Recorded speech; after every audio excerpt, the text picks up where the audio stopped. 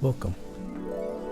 Welcome to another episode of the Unks in the Building. UNCS Unks in the Building. Resident Uncle Byron is here with the fantastic Auntie Stacy. Hello. Today, we will be reading Reddit stories. And asking Unc a couple questions. And asking me a couple questions. Before we start the stories. Before we start the story. Okay. You ready? Sure. I am ready. All right. What makes you feel genuinely appreciated in a relationship? Oh. It would be recognition of effort. Mm-hmm.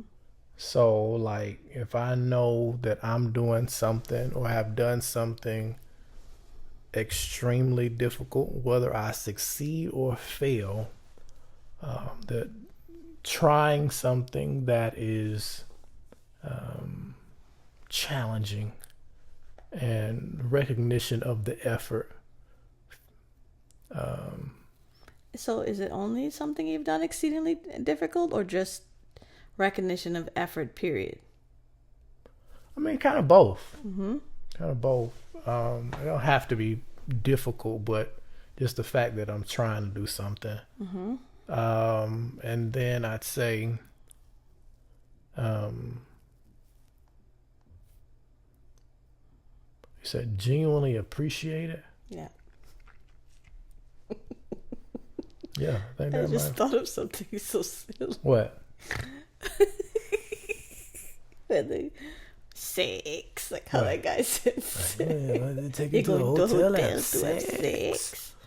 No, I think that's it. Like inside joke. Never mind. Go yeah. ahead. Mm-hmm. People are gonna be like, "What? What's going on here?" We were leaving a party one time, and the person Right. said, "Are you guys leaving? You guys going to a hotel to have sex?" Well, that's very random too. It's Yeah. kind of like we not that close to you. He was an unk to us, right? Back and not close at all. Yeah, So just he was randomly just say very something like, then. Like, what is happening here? "But what makes you genuinely feel appreciated?" And I thought, sex. Right. I see. Anyways, yeah, I think it would be, the expression of gratitude and moments of that for you, for the efforts. Mm-hmm. And then that's kind of it. okay. In a relationship, like, I also, let's say, like, just genuine gratitude when me, when I do something that is not asked for. So meaning I'm volunteering a gesture of kindness or something like that. Right. To show appreciation, even to the point of reciprocation. Because that really means you appreciate. When it's like, okay, I recognize this guy's doing something really nice. I'm gonna do something really nice for him. Not that it's hey, I'm doing this because, but I'm doing this with the understanding that, this is a way I'm showing my appreciation, whatever that may be, acts of service, a gift or what have you. As long as I said it before when I was talking about being with a giver. You know what I'm saying? So if I'm pouring out, I'm doing, whether my pour out is my effort, with my money, my time, whatever it is, that same pour out is happening into me, so I'm not feeling empty. That's genuine appreciation to me. That shows your gratitude by the fact that you're willing to come back and give me the same energy that I'm giving. So sex. And the sex. Should I say that? I don't want to be like, this is a kid's show. It's really not. It's really not a kid's show. Okay. Okay, second question. Well, I gotta say this though, because now sex is something that I heard somebody say like the sex life is attached to the health of your relationship, just in general. What is not cool, and we don't have this in our relationship, but some people do this, and I've heard of stories of people doing this where they try to throw the box during times when they messed up, and it's kind of like, I'm not going to apologize, but here you go. To distract. I'm not it's buying you anything, and a but here you go. This is the prize you're getting. Day. It's kind of like, I want you to trick off on me, birthday, Christmas, Mother's Day, Easter, whatever it is. Do whatever you can for me, and in return, you get to have something you got. With a bow on it. But it's the same box I got 2 days prior. Right. I get it. We get it. Yeah. All right. Ladies, don't do that. Next question. Who taught you what love is? Boys in the Hood.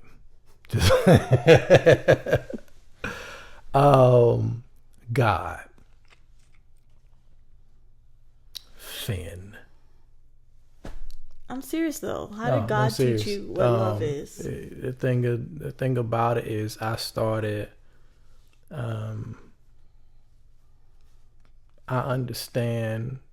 It came from the Bible. People really don't. Love is patient. Love is being kind. Patient, being kind of like looking at that stuff and then lining up characteristics, and then after that, it's a decision that you're making, talking about a commitment, and then the value and respect of the other individual that is a part of your relationship. I think a lot of it has to do with reciprocation of those same characteristics, being able to give reciprocity. Yes, I love that word. Necessity.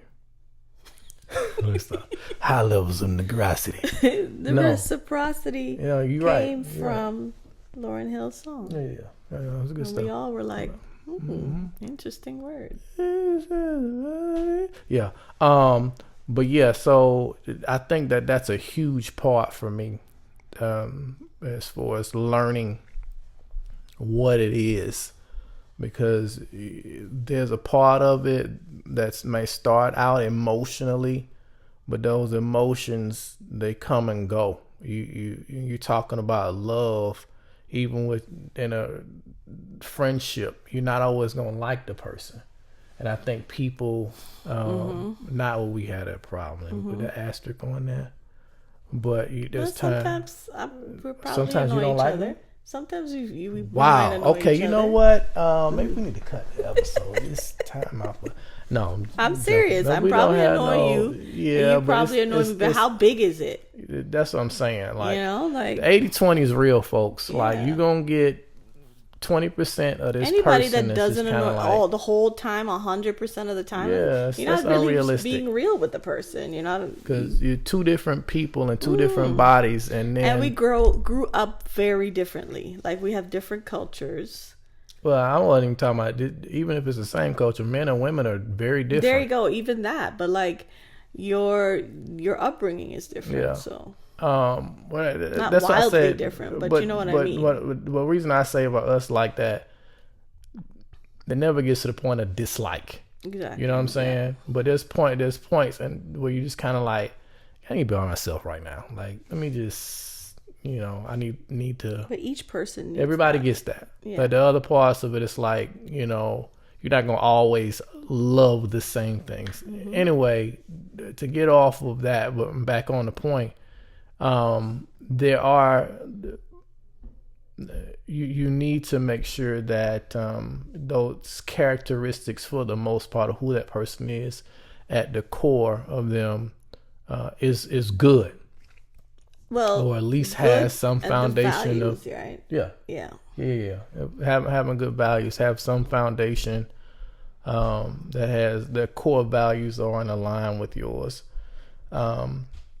And when you can make that decision and live in that place that are actually there, make sure to say that, because sometimes people give people values, in that attribute what's the word? They give somebody values that aren't even there. Yeah. You project. I mean, when you're young and you start dating somebody, it's like when they're asking a lot of questions, you shouldn't tell them everything that you want out of a man or a woman, because then they'll start trying to play into those things if they like you or whatever. Like, when you start looking at what love is and how it is, it's the example that's given in the Bible is the best example you can possibly give, because everything else on the surface, when you look at movies and stuff, that stuff ain't real, and some of it's flat out toxic. Yeah, a lot of the greatest love stories are terrible. Yeah, it's a lot of decision and discipline, coupled with attraction and like. If I can say that, it's when your decision and your discipline lines up with your attraction, and you can put those things together, character as well, put those things together in a way that creates a recipe for a strong connection built on trust and respect. And I think you can have love, if I can say it that way, for a long period of time. But it's definitely not an emotion.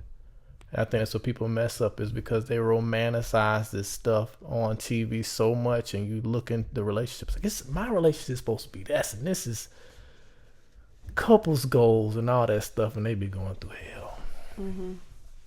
But that's, I would say, how I learned about love is when I really start reading and I put two and two together, and I was like, I need these characteristics in a person.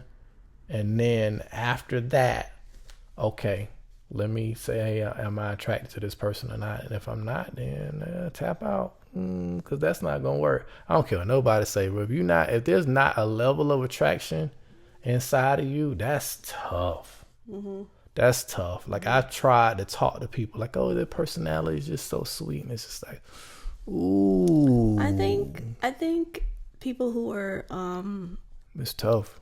Those arranged marriages, I think you learn over time. Learn to like the person. Yes, if you see that their ways are attractive to you. Attraction. So I think it could be over time, depending on whether the person's values and characteristics and stuff in those type of situations where they don't have a choice. But if you're at choice and you're making the choice, I think that's definitely an important thing, because that stuff could turn you off fast. Very much so. Yeah. But let me say this, and then we can move on to the stories. Attraction is not always looks. Right. It's not always looks. Well, let me tell you something. Right. It's so old. Whatever they do. Is it attraction. This is what I know. No, that's a Meg. I thought they call it Maggie. Whatever it's called. Maggie Crew. Anyway, attraction is not always looks. Let me tell you how quick cute run out. As somebody who has at least dated one cute girl in the past. And I'm about to say about the problems and the running out. That ain't you, so I can't talk about you. I'm talking about the people in the past. Continue. Let me tell you how quickly that runs out when that's all they have. Right. Oh my God.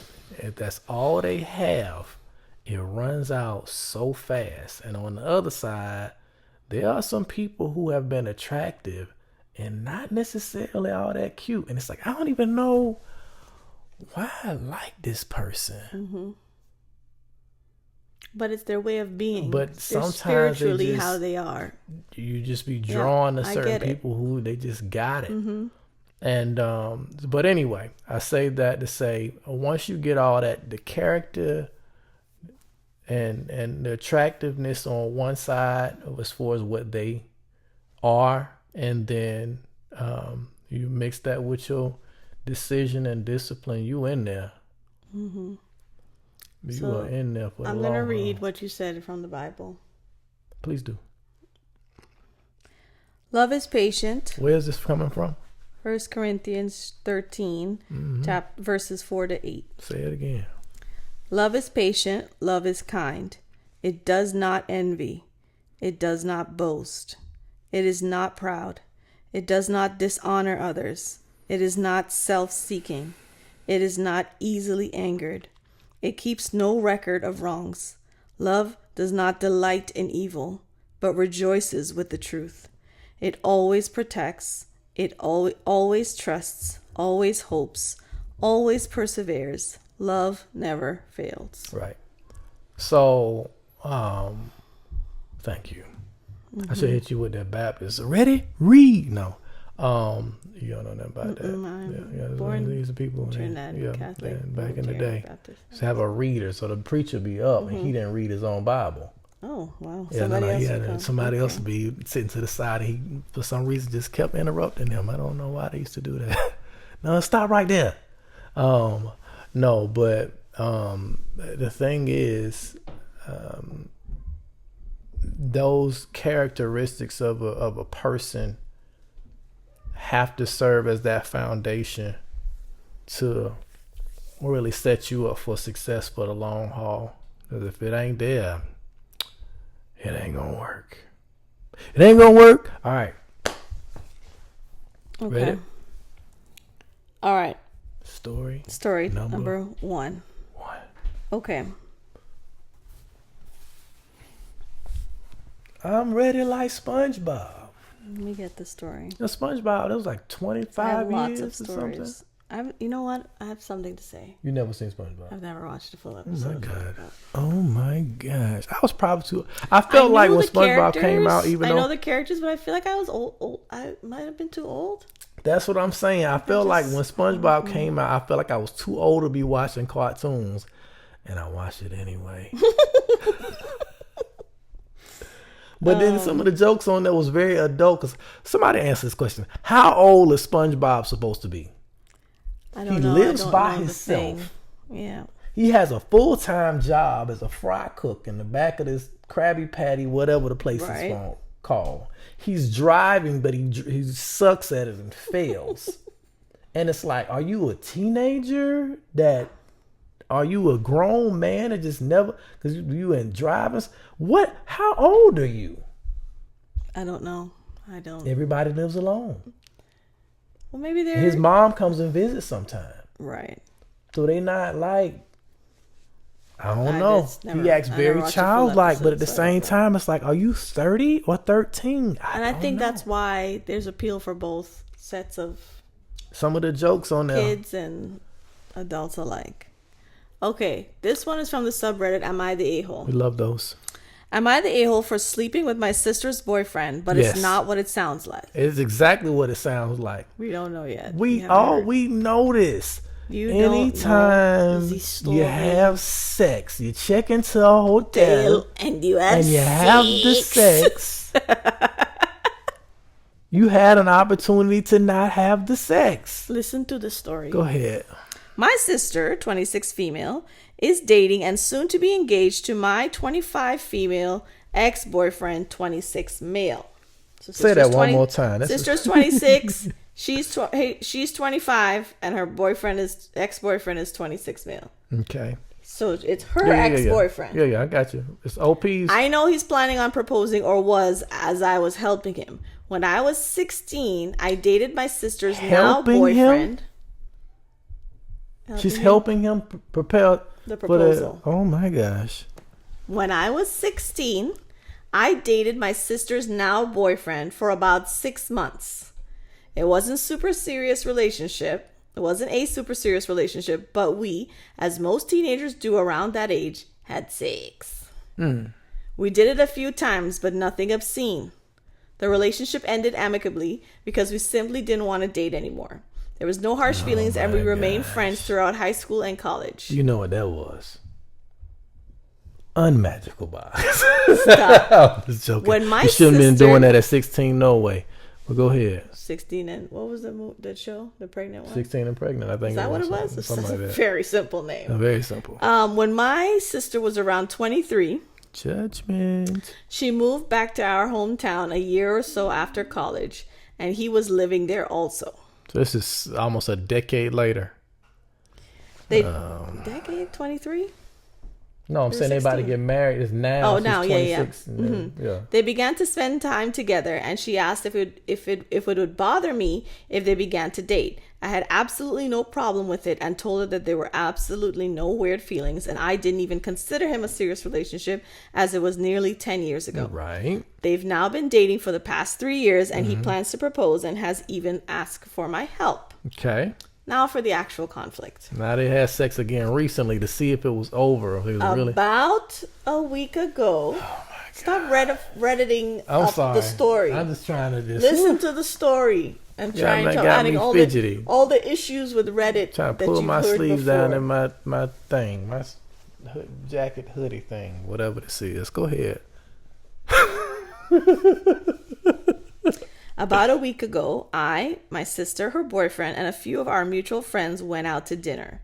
During one of the conversations, my sister made a joke about how he better propose soon because she was starting to feel like an old maid, her words.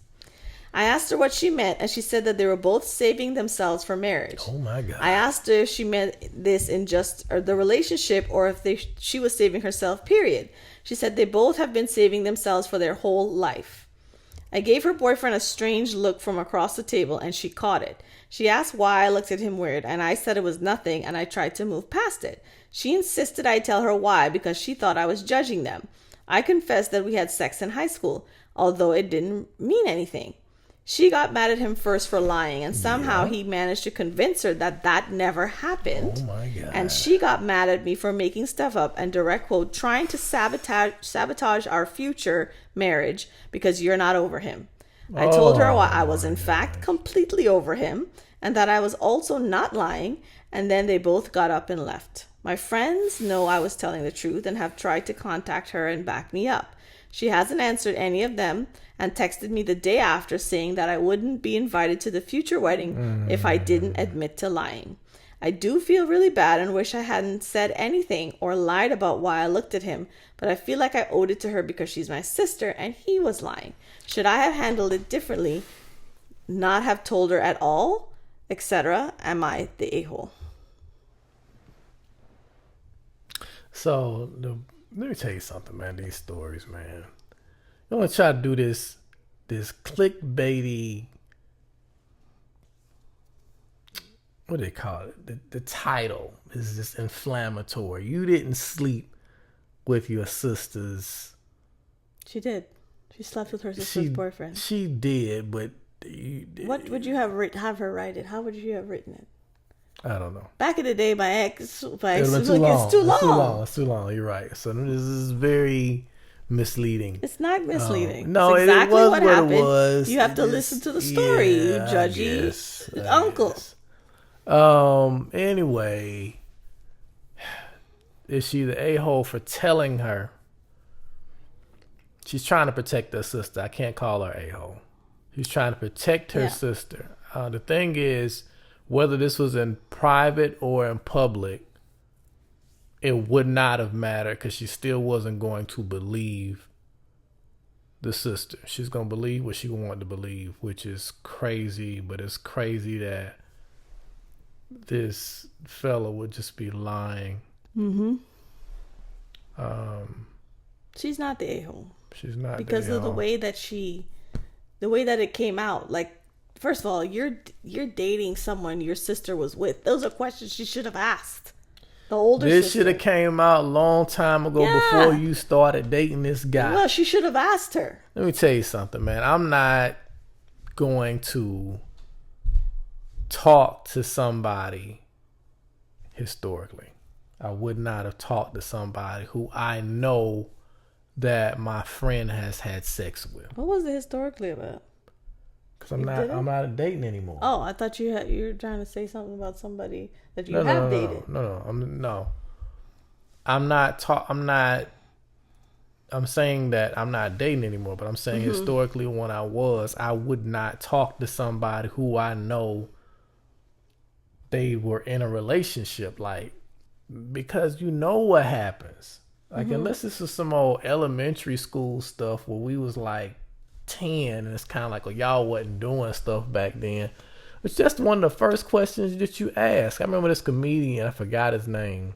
It was a guy, he's kind of he's a quote unquote clean comedian. Ali Sadiq put on, wanted the beard. Okay. And he was asking his friend when he met his wife, he said, you know, do you know her? But I mean, like, how well do you know her? Right. That's the first question a man's gonna ask, like, brother, nah, man, I don't know her like that. I mean, like, have you ever seen her naked type deal? He's like, no, I'm saying I don't know her like that. We just cool, she cool. And it's like, this is what somebody is going to ask because you know that stuff happens. If you know how your little sister is, and you know she was getting down and she ain't been no virgin. But even if you don't know how she is, I would still ask, how far did you go? If for me to be comfortable with. She could have been hitting him with the Grinch. You know what I'm saying? Like, you have to know. So stupid. You know how they were in a relationship. They were boyfriend and girlfriend. Right. So it can't be a fleeting question like, hey, I just want you to know, you cool? Cool. Right. Like, you guys got to sit down. What happened? Why didn't it work out again? Like, what happened that again? Part. Like, all why those things, didn't it work all out? those things need to be discussed fully. Because if you're gonna put your heart on the line, you better Especially know. Talking about marriage and stuff. And here's the thing: like, I don't like the whole. Like, I wouldn't have accepted. Oh no, we just didn't work out. We just. Well, she maybe gave her a real story, but in this thing, she just gave us this quick reason. I guess. But my thing is, you should ask those pertinent questions. She probably was just like, it wasn't that serious. We was 16 and probably brushed it off, and now she looking. Yeah, but you as the sister going into it, you gotta need to dig deep. You gotta ask. Dig deep, get all the files, then make that decision. She's invested now. She's never gonna trust her sister. She about to ruin this family relationship over this guy, and he's lying to her. I mean, and the thing is, he didn't even have to lie about that. Why would he even lie? He could have just been like, look, I'll wait with you because I think this is something, I've done it in the past. I think this is something that we should try because I want to get to know you as a person first before we get a physical connection, so I can make sure our relationship has a strong foundation without being clouded by blah, blah. He could have easily just been like, no, I'm not. Why would him being a virgin weigh so heavily on whether or not it was a relationship that you would want to be a part of? Even if it came out like, nah, I'm not, but I'm doing this with you because I value you more as a person than trying to get into something sexually with you. He could have easily spun that. Depends on how of a strict person. Yeah, she's about devout, like, I don't want anybody who's not a virgin. Yeah, correct. You think that's the household she grew up in when her sister was doing that 16? Listen to the update. Okay, let's listen to the update. Okay, so I'm first going to start off with some context to clear up some confusion I was seeing. Please do. My sister and I grew up kind of religious with pretty old-fashioned parents. Okay. I really didn't buy into any of the religion stuff, but my sister did. Oh. Not quite as much as my parents, but definitely more than me. They always told us to wait for marriage. Okay. But I clearly did not listen to them, and I guess it never occurred to me that my sister probably did. The reason she never knew about us sleeping together is because I didn't tell her because I thought she might tell my parents, and I didn't want to deal with them. The reason I didn't know she was waiting is because she has always been one to keep that kind of thing to herself and is very set on having her own privacy. When I say that we weren't in a serious relationship in high school, it's because I'm a firm believer that no high school relationship is that serious. Oh. We both knew that we weren't planning on staying together forever. We only slept together 2, maybe 3 times, which in my mind isn't very serious, even for teenagers. When my sister asked me if I would be okay with them dating, she specifically asked if I would find it weird or uncomfortable, and I told her as long as she wasn't bothered by the fact that we used to be a couple, I had no reservations. You didn't want to say you used to screw. She said that she didn't mind at all, which I mistakenly took as she knew we slept together and didn't care. I had always known him to be pretty truthful and never took it to mean that he actually completely lied to her. At the dinner, the 3 of us were sitting at one end of the table and having the argument very quietly, so my friends didn't know what was happening until they got up and left. Otherwise, they would have offended me there. After I confessed that we slept together, he said something along the lines that never happened, and I don't know why she would lie. I insisted I wasn't lying, but I also wasn't trying to be hurtful. He said some BS about how maybe their talk of marriage made me jealous and stirred up old feelings. That's when she turned on me and they left. Now to the update. My sister came over this morning and we had a conversation and made amends. Good. She told me that he had proposed a few days ago, but she still hadn't told anyone because what I said was still weighing on her. She said that last night she went through his phone and found out that he had been cheating on her repeatedly for most of their relationship and that he slept with people before they were together. She confronted him this morning and they had a huge argument where he said that the reason he lied is because he knew it was important to her that they were both virgins and that she wouldn't have stayed with him if she found out that he wasn't a virgin, and he really does love her and wants to marry her. But he was cheating. But because he wasn't having sex and he needed to have sex, he's one of those kind of people. Yeah, she thankfully did not believe him and ended it.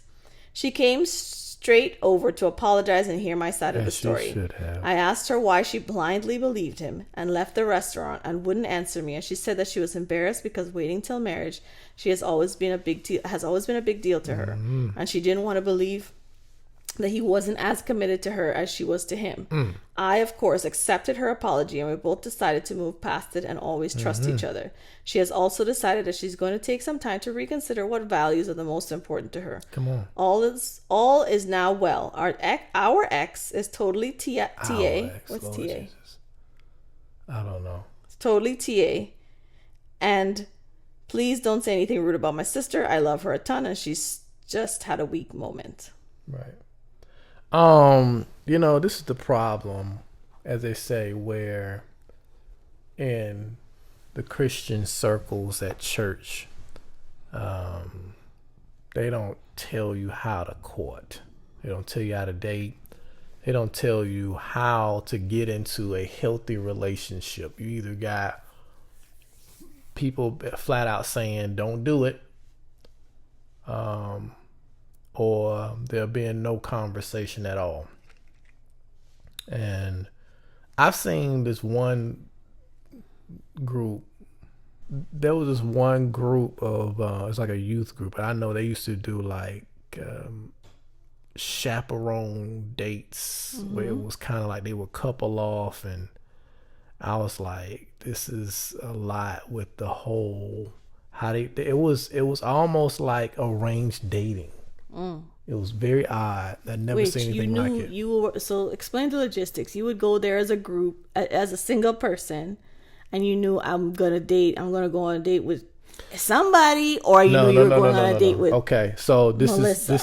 This is how it was, right? I only went like to one of these, so it's like a Bible study group, right?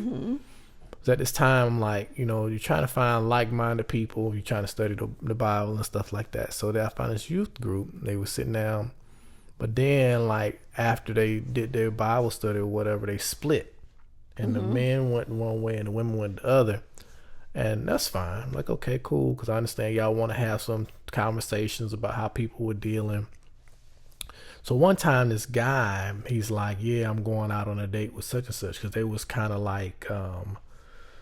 they had this part in it, and it might have been like 7-8 guys.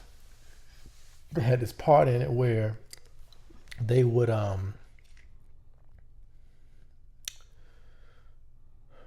it was like sharing what they're dealing with in life. Okay. So they would go around. They just kind of almost felt like a group therapy thing. Yeah, almost like the Alcoholics Anonymous. Like you sitting there kind of talking like that. So there's one guy's like, yeah, I got a date with this girl. I never met her family. So he was asking for advice or whatever. And then this other person, I don't know how the conversation got started as far as how they got together, but it was really like a guy couldn't just get up and start talking to the girl and be like, "We going out this Friday to catch a movie." They were young adults, so they might have been like 18, 19, 20, 21, like in that age range.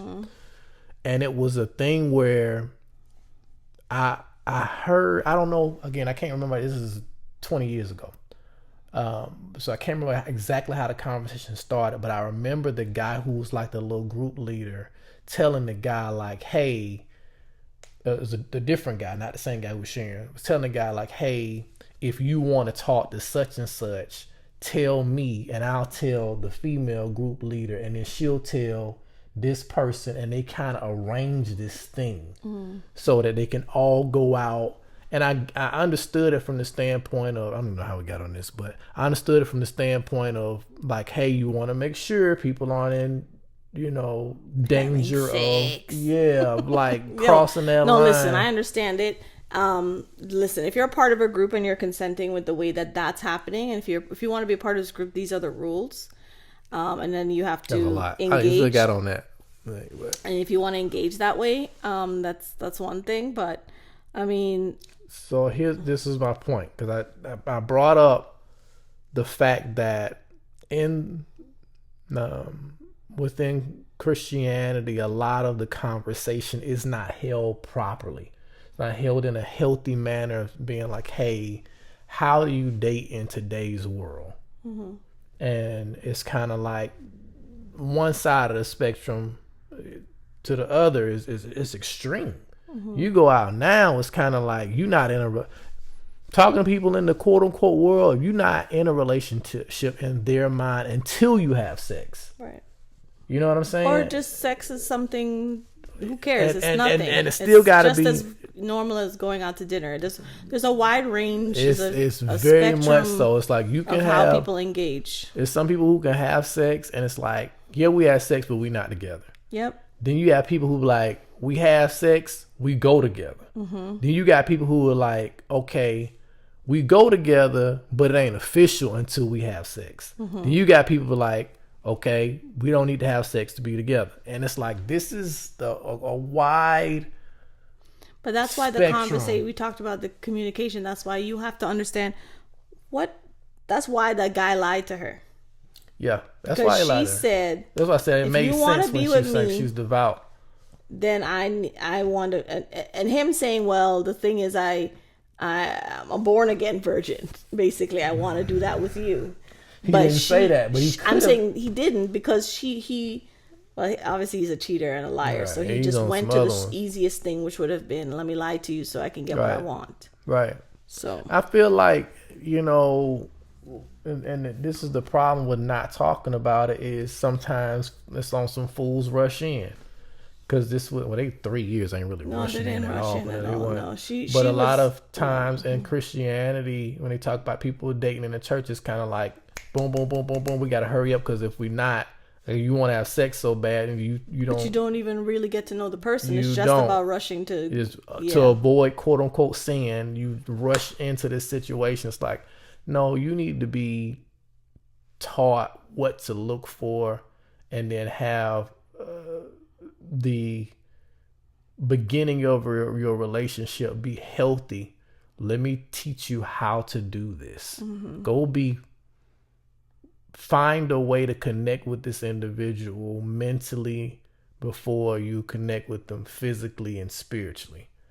And then after that, like, weed these people out. Look at their character. See them in different environments. Sometimes you don't get the opportunity to that, but sometimes that's why you got to talk on this phone for a little bit. Mm-hmm. Or these people, TikTok and Twitch. But people see a lot of stuff. You can know the person. This dating pool, it's tough. It's crazy. But praise God, back to the story, right? Anyway, it makes sense now why she was kind of like, okay, this person's bruh. Having somebody wait on you when you're trying to be celibate is huge. Mm-hmm. Is huge. Like, when you're really trying to be like, hey, this is the life that I'm trying to live, and I don't want to have sex before I get married.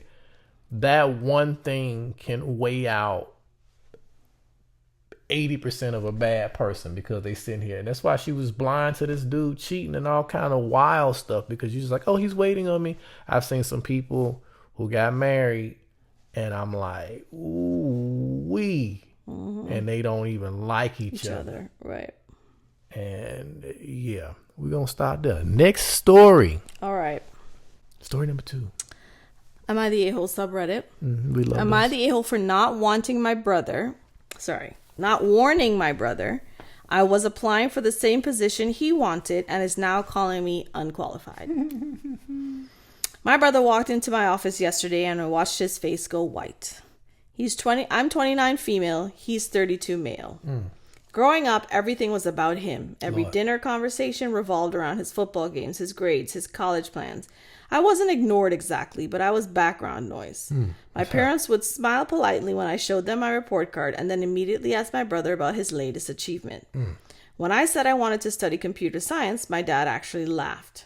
He said, that's really not for girls like you. What is happening? And suggested I do something more practical, like teaching or nursing. Oh my God. My brother was getting his MBA at the time, and they couldn't stop talking about how he'd run his own company someday. So I did it alone. I did it alone. I don't know why that almost got the best of me. Paid my own way through state school with loans and 2 jobs. Graduated with honors. Spent 5 years grinding at a startup. Learned everything I could. My family would ask what I did for work, and their eyes would glaze over when I tried to explain.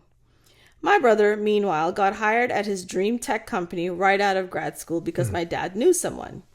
He was a project manager there. Did fine, nothing spectacular, but my parents acted like he'd invented the internet. 3 months ago, a position opened up at that same company, head of AI development. 6-figure salary, huge team, the kind of role people spend decades working toward. I applied on a whim. My portfolio was strong and I had the exact experience they needed. I got a call 2 weeks later. They wanted me. I didn't tell my family right away. I wanted to make sure it was real, that I'd actually start before saying anything. My brother had been talking about applying for that same position for months. He was so confident he'd get it because he was already internal. He didn't even make it past the first interview. I started last month. Yesterday was the first time my brother had any reason to visit the building, some meeting with a vendor. He texted me asking where my office was because he happened to be in the area. When he walked in and saw my name on the door, saw the size of my office, saw the view, he just stood there. You work here? I run the AI division, I said. His face did this thing I'd never seen before. Horror and hate. Like he couldn't compute what I was saying. But I applied for this position. They said they went with someone more qualified. That's me. They did. That's when it got ugly. He started saying I must have lied on my resume, that there's no way I was actually qualified, that I probably slept with someone to get the job. Oh my God. Really nasty stuff. Loud enough that my assistant heard through the door. I pulled up my credentials on my computer, showed him every certification, every project I'd led, every patent I'd filed. I earned this, I said. Just because you didn't doesn't mean someone handed it to me. Man. He called me a B and left. 2 hours later, my mom called. She was crying. She said I'd humiliated my brother, that I should have told them I was applying, that it was cruel to steal his job. What difference did it make? I tried to explain that it was never his job, that I literally was more qualified, but she just kept saying I'd always been jealous of him. How? My dad sent a text saying I'd crossed the line and that families should support each other, not compete. But they won't support her. He said my brother was devastated and it was my fault. Here's the thing, Talk about golden child. Last night, my brother posted on social media about how nepotism and diversity hires are ruining the tech industry. And how qualified candidates keep getting passed over. Oh my God. Didn't name me directly, but everyone knew. I screenshotted it and sent it to him. Told him if he didn't take it down in an hour, I'd forward his little office meltdown recording to HR. My assistant had caught the whole thing when he started yelling. He deleted it. Then he called me at midnight, absolutely losing it. Said I'd always been spiteful, that I'd ruined his reputation, that everyone at his level was asking why his sister got the job he wanted. I told him maybe he should have worked harder instead of coasting on dad's connections. He hung up. This morning I got a text from mom saying I'm not welcome at Thanksgiving because unless I apologize to my brother, my dad said I'm being unnecessarily cruel. Sorry. I'm not welcome at Thanksgiving unless I apologize to my brother. My dad said I'm being unnecessarily cruel and that I should be helping my brother instead of gloating. But I'm not gloating. I just existed in a space he assumed belonged to him. Right. My parents are acting like I committed some horrible betrayal by being good at my job, by not failing the way he expected me to. Oh. My brother is telling people I'm a diversity hire when he knows damn well I have twice his experience. Part of me feels bad that it went down like this, but another part of me is just tired of shrinking myself to make him feel bigger. Was I wrong for not warning him I had applied? Should I apologize just to keep the peace? No. I don't believe in putting a lampshade over your light to make somebody else feel better. I don't believe in setting yourself on fire to keep somebody else warm. I don't believe in that. There's a lot wrong with how your family is doing with this favoritism of your brother over you. Now, I will say it's almost unreal how one side of this family is like, I hope for the sake of your family, I could be wrong, but I hope for the sake of your family, some of your writing of how this situation is tainted with you ain't like how they was treating you and they really ain't treating you that bad. I'm hoping that and praying that, because this is bad. Especially to the point of being like taking a position for him, because it's a whole different company that is control of who is getting hired and who is not. It would be different if it was a family-owned business and they liked you and they knew who you were. Mm-hmm. You were an outside stranger who came in, interviewed, and killed it. He did not. He got to chill.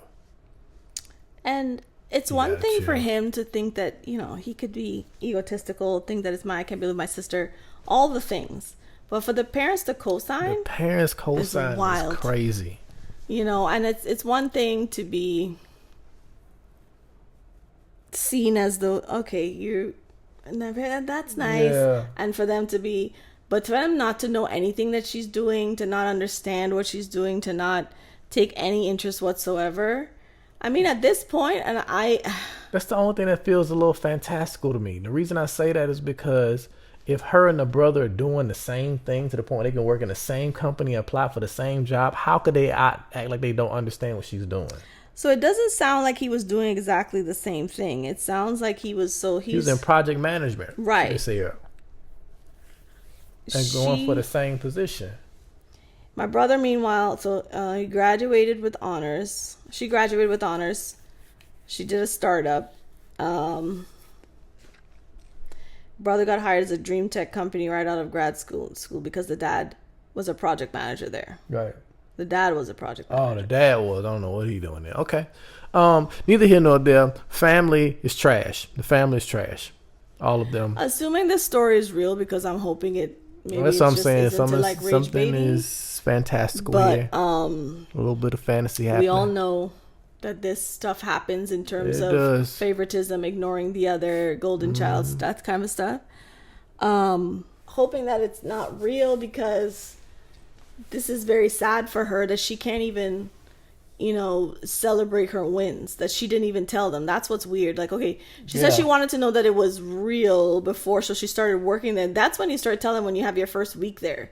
Like, you don't wait a month in and then your brother happened to find out because he was in the area. So I don't know. The story sounds a little something a little off. Shaggy. Yeah, but assuming that it's real, that's where she went wrong. She should have not pre-warned him that she was applying. She should have told him, listen, after she applied and met with them, listen, I applied for the job.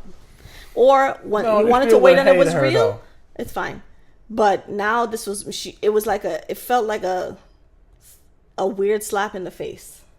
It still would have hated her if she interviewed. It's okay, but I would have been better. You think so? No, it doesn't matter. In terms of integrity, doing it the right way, whether the result ended up the same way or not, this is what should have happened. Okay. Because now the parents are like, what the heck? Why are we now finding out about this? And the thing is, she didn't tell anybody. So to me, you don't have family. Family's trash. So even if you're not invited, what do you want to go to Thanksgiving for? Just don't go. It's time to build a chosen family. Build a new family. All right. Next story. Number 3. Hang on, I have choice between two stories. All right, you want to hear the titles and you decide? Sure. Okay. Both of them are from Am I the A-hole? Oh, that's subreddits. perfect. Am I the a-hole for never disclosing to my grandchildren's father how much I plan to give my grandchildren towards their futures? Okay. I think we're going with the second story, but go ahead. Am I the a-hole for refusing to hire my embezzling brother after my family threw me a retirement party to stop asking me for money? Go ahead with that one. That one? Yeah. I will tell you that the first one has way more activity than the second one. Okay, well, whatever you think. But I will read the second one. I'm just telling you. One has a lot more than the other. But it's okay. They threw a retirement party just so they can stop him from getting money. They delete the story? Deleted the story.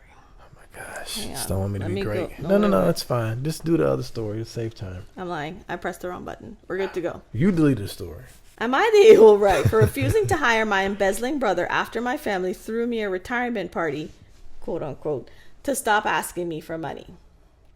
My dad called me a selfish bee yesterday. Oh my God. Because I won't give my embezzling brother a job at my company after they literally threw me a party to tell me I was being cut off. I, 34 female. Wait a second. They threw a retirement party for her to be cut off from asking them for money? That's what it is. Oh my gosh. Go ahead. I'm 34 female and I've been my family's ATM since I was 24. Started my own. So I was right. It's not that way. So they want to stop asking her for money. I'm trying to read the story because I never read it. All right. Go ahead. I'm sorry. I apologize. Keep going. I'm 34 female and I'm 34 female and I've been my family's ATM since I was 24. Started my own tech consulting firm right out of college and it took off faster than anyone expected. My parents and my brother, 31 male, were struggling, so I helped. Dad's business was failing. Mom had medical bills and brother couldn't hold down a job. Fine. I paid dad's commercial lease for 3 years. Covered mom's surgery and physical therapy. Gave my brother loans he never paid back for his rent, his car payments, his certifications that he never finished. 10 years of this. I'm not exaggerating when I say I've given them over $400K. I have spreadsheets because my accountant kept warning me about it. Then last month, my brother finally landed a senior analyst position at some financial firm. Decent salary, benefits, the works.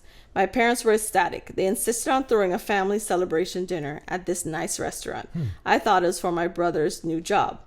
I was wrong. My dad stood up halfway through dinner and made a toast. He thanked me for supporting the family through hard times and said now that my brother had stepped up and become the man we always knew he could be, they were officially graduating me from my financial duties. That's crazy. Those were his exact words. My mom was nodding along, smiling like this was heartwarming. My brother looked smug as hell.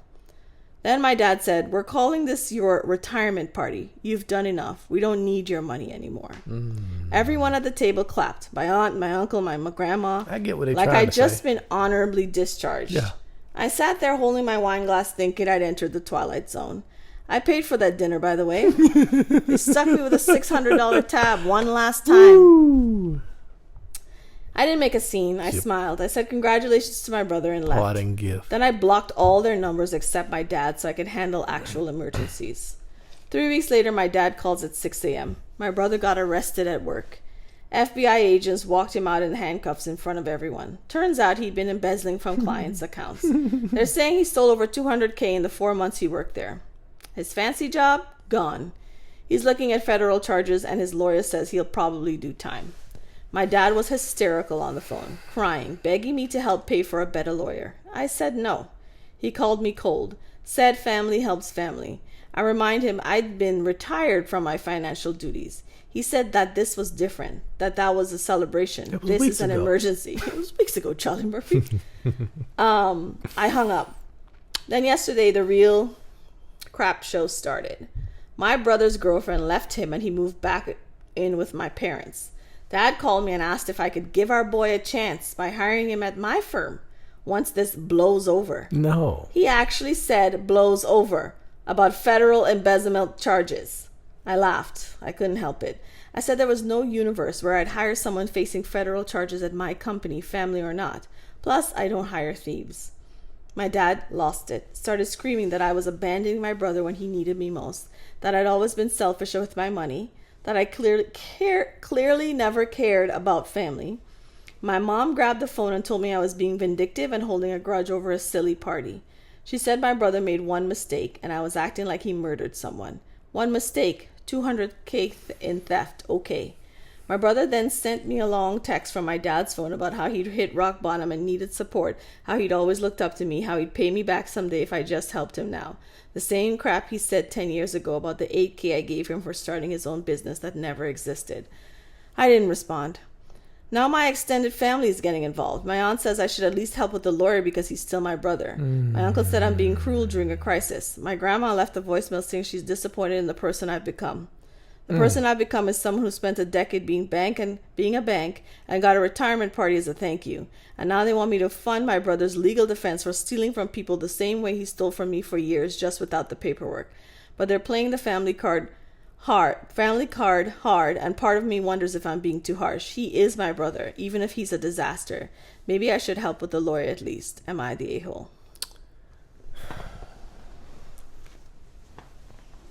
I'm gonna say this, right?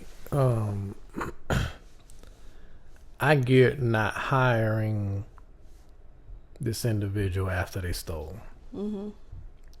10 years is a very long time to be helping people out while they continue to take advantage of you. I don't like what they're trying to do to you. I don't like any of it. I can understand if you want to say pull the family card. I can understand helping out with the lawyer fees, so he don't end up in prison for a extended period of time. Maybe get a shorter sentence. But that man did steal, and that is not something I would say to sign your own company up, because ultimately, if he does it again, your company is on the line. Your reputation of your company is on the line. And if you have a poor reputation as a financial company, I would imagine that's going to start spreading to the point where you may have difficulty keeping your clients. I'm going to say this. Forgive me for saying this in advance. So this Reddit story, anytime I start hearing them be a little too well written, now my mind is like, is this real? I get that. I think, because I think a lot of we're riddled times, with ChatGPT, yeah, for sure. But I also think that people probably feed their story into ChatGPT to fix it up. They might, because the thing is, but she's also highly intelligent. Like all these people were highly intelligent. They're like, yeah, she's supposed to be this company owner and all this stuff. But I started thinking to myself, I'm like, if I could think of somebody who's an owner of a company, my boss's boss sitting down writing on Reddit saying, am I the a-hole for this? Would they do it? Yes. Maybe one of them. People, listen. If it can be if anonymous. It's one thing, anonymous, but also people are looking for validation. Yeah, and somebody else needs to tell me, because the people in my universe are seeing this one thing, yes, and I'm thinking this other. And my friend might say one thing, but is my friend just on my side? And I'm not getting reality. And I don't want to go around telling people I actually know my business, right? Because it's embarrassing. And I'm supposed to be the leader of this building. I can't use the community at work. That makes sense. So okay. let me write this out and see. Now, it could be ChatGPT, because a lot of the times there is. But I think something that it's been infiltrated, and that's fine. It's entertaining. But I'll say this: no, you're not the a-hole. I say no, you're not the a-hole for not hiring him, because of the simple fact that this dude is he's a risk. There's absolutely no human possible way I'm hiring this person. He's a risk. This is not in question. No, we don't get along. Listen. He steals. My goal in life, one of my major goals in life, is to have enough money so I can help my family not ever have to think about money. That's the whole reason why I would ever want to be rich, so that I could help my family. Nobody ever has to think about it. If you don't want to work, you could start your own company. Whatever you want to do, you would be at choice. Right. I'm not going to do it because I have it and then you're just going to keep milking me and you don't care about me as a person. At a certain point in time, I'm done. Yes. So even if it's like this, I'm going to set up an annuity for you. Don't talk to me again about money. Yeah. Because you can take care of these things yourself now. I'm not a bank. I'm not an ATM machine. If I notice that you don't even really like me, we're done. We're Once done. this loan becomes a gift and it's doing it the one thing about too it many with times. You know how your brother is? You know that stuff is not a loan. So I'm going to tell him, don't give me back. Don't worry about it. Here's this money. Don't ask me again for money. Don't loan and people, money and people who want to be mad at you because I have the money and I don't help, you have to know the reason why I'm choosing not to help and respect that. You know what I'm saying? Like you can't. You have to see that this guy is trash. Like you have to know that your son is trash. Son, and that brother. Well, the family. Oh, the family. Got you. The parents. Like you have to see. Like okay, he stole $200K. Ma'am. That's a lot of money. You're in this for a reason. He did something awful and deplorable, and he has to pay for that. Yep. Plain and simple. Yep. Now, she might have to cut off her family if she doesn't want to hear this, because this is never going to end. But I don't know, the audacity to come now ask for a job during the midst of all of this. I would have. You think about it. Here's what it is.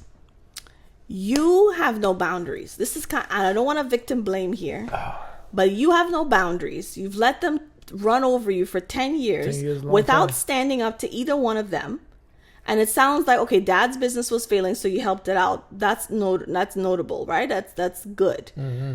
Mom's bills for the medical bills. That makes sense. Okay? How dare you not let me keep using you again? Correct. And it's like, okay, so those things make sense. Those things are practical things to do. But when you start, okay, $400K over 10 years is not something to laugh at, not something to sneeze at. So if you're putting that amount of money, what are they asking you for? Money. You're handling what are they asking you for? And you're just giving, and you realize that nobody cares. Way. Nobody's paying that. And then giving this. What's sad about them giving that retirement party to me is like, well, finally, we don't have to come to our second choice. Oh, my God. Because we really didn't want to come to you. We wanted him to be a man. And I'm like, ew. And second of all, it didn't seem to come from a place of gratitude. Yeah. It seemed like a joke. Yeah. It wasn't like, hey, we want to thank you so much for all the years. Because she paid for the dinner. And they gave her pay for the dinner because he didn't get the money yet for the job. And so to me, you not to victim blame, again to say it, but you caused this. You are part of the equation. You're part of the equation because you not caused it, but you allowed it to happen for so many years that this was normal behavior for them. This is par for the course for them. They're like, we're being rude. Now? We're being rude like how we always are. What are you talking about? Right. And now them coming to you to talk to your brother and that stuff they've been doing. Right. It just seems egregious now because it's, how can y'all not see that this person is trash and y'all still want me to support? Right. So the boundaries, you know how people say don't ever let people shenan once, because if they shenan once, they will shenan again. Mm-hmm. They've been shenaning. Shenanigans have been happening in your life, running around with all the things, crossing the line over and over again. And you've let them do it. Yeah. And now it just seems like a big snowball avalanche coming towards you. But it's been rolling and rolling towards you. And everybody has their breaking point. Nobody, everybody. The thing about it, once you've gotten that avalanche on you one time, the good news is, once you dig yourself out of that and you come out and you're a new person and you have a new perspective in the world because you're up on this avalanche now, you have less tolerance for the BS. Yeah. So the next person that comes to you to do that, you'll be like, no, thank you, I'm out. You know? This is definitely a case of them saying, how dare you have the audacity to not let us keep using you. Yeah. If you do anything further at this point in time, which you don't owe them anything. You don't need to do anything. Your question was, are you the a-hole for not letting him get a job? The answer to that is no. 100% no. If you want to be helpful, then like I said, shorten his prison stint. You can help out with the lawyer. That's if you want to, but I see no obligation at this point. But just out of, hey, we're still family, that will be the beginning and the end of anything that I do. If I'm just kind of feeling generous and I want to keep him from out of penitentiary. That being said, This all of it had to do with family members. Family members. You see that, right? Let's see. One was a sister sleeping The with sister sleeping with the ex. Mm-hmm. The second who one was kind of ex, and the second one was my brother's better than me in your eyes, and now you she won dealing over, with. and then the family, yeah. I'm paying for everything, and I don't want to be your ATM. Yeah, no. Not my brother's keeper. I'm not my brother's keeper. Yeah, I don't know why I laughed at that. That's a terrible story. Yeah, it is. I will say this, right, folks. Boundaries. It's our favorite word on this show. Set them up. Keep them within yourself. That whole part about the first pairing of the sisters sleeping with the thing. Boundaries. But you need to ask questions. That sucks so bad for the young lady who was trying to quote unquote do the right thing, waiting until marriage, thinking she had something real. That was horrible. Yeah, but the thing about it is that there are always signs. Unless someone's an absolute 1,000% psychopath. This is what I was talking about. By you end up being blind because the person's waiting for 3 you. years, that though. weighs so heavily. I know, but that's it. 3 years. It's been 3 years. And if you really are, and this is gonna sound terrible. It's gonna sound terrible. Okay. But if you really are in a relationship with God like that, 3 years in, God would have told you something. Your discernment pray for discernment. Yeah. Now, nobody's saying that people can't pull over something on you. They can pull it But when you look back, there's always something that you ignored or you didn't investigate further. That you should have. Pass. You always, when you look back, you're like, this don't make sense. That was the thing. You see that little thing there that was niggling at you that you didn't know because you didn't really want to know? Or those two things didn't add 2 and 2 make 4, and then this coming up to 5 and something's off. Right. You got to do the investigation, and that's the part where it was like, okay, 3 years in, and he's been cheating. He's been cheating. Things are happening. There are signs. There's always signs. All of them. Ignore all of them. There's always. I'm not blaming the person, but you have to be an active participant in your own life. Yep. Nobody's saying to check phones and all of that, but there's something off. Discernment needs to kick in. Then you start to pray and ask God to reveal. That prayer, guys, when you say, remove this person from my life, and they if disappear, they're not supposed to be there, if mad. That's your will, please, God, remove this person. That's a real prayer. And once if you do that and the person goes, you'll be like, oh my goodness. I didn't even see it. It's for real, that prayer. Didn't even see it. Yeah. But they just vanish. Something major happens, like, a fight or something, you're like, I remember praying about something like this. Yep, man, it opened up. And it happens quickly. Yep, and it's done. Ain't nothing you can do about it. That being said, folks, just do your best. Do the best you can. Love yourself. Don't be a lover of yourself, but love yourself enough not to tolerate foolishness. It's okay to love people and esteem others more highly, but at a certain point in time, you got to know when to step in and stop somebody from damaging you. Okay, this is what I mean by love yourself. There is a line, okay? Treat people good, be nice, be kind, all that stuff, but there is a line where you have to stop people from damaging you. You can't hurt me in order to make yourself. I'm not pulling back my resume so you can get the job when I'm trying to eat. I'm not doing it. But yeah. Anyway, that's been like, fun.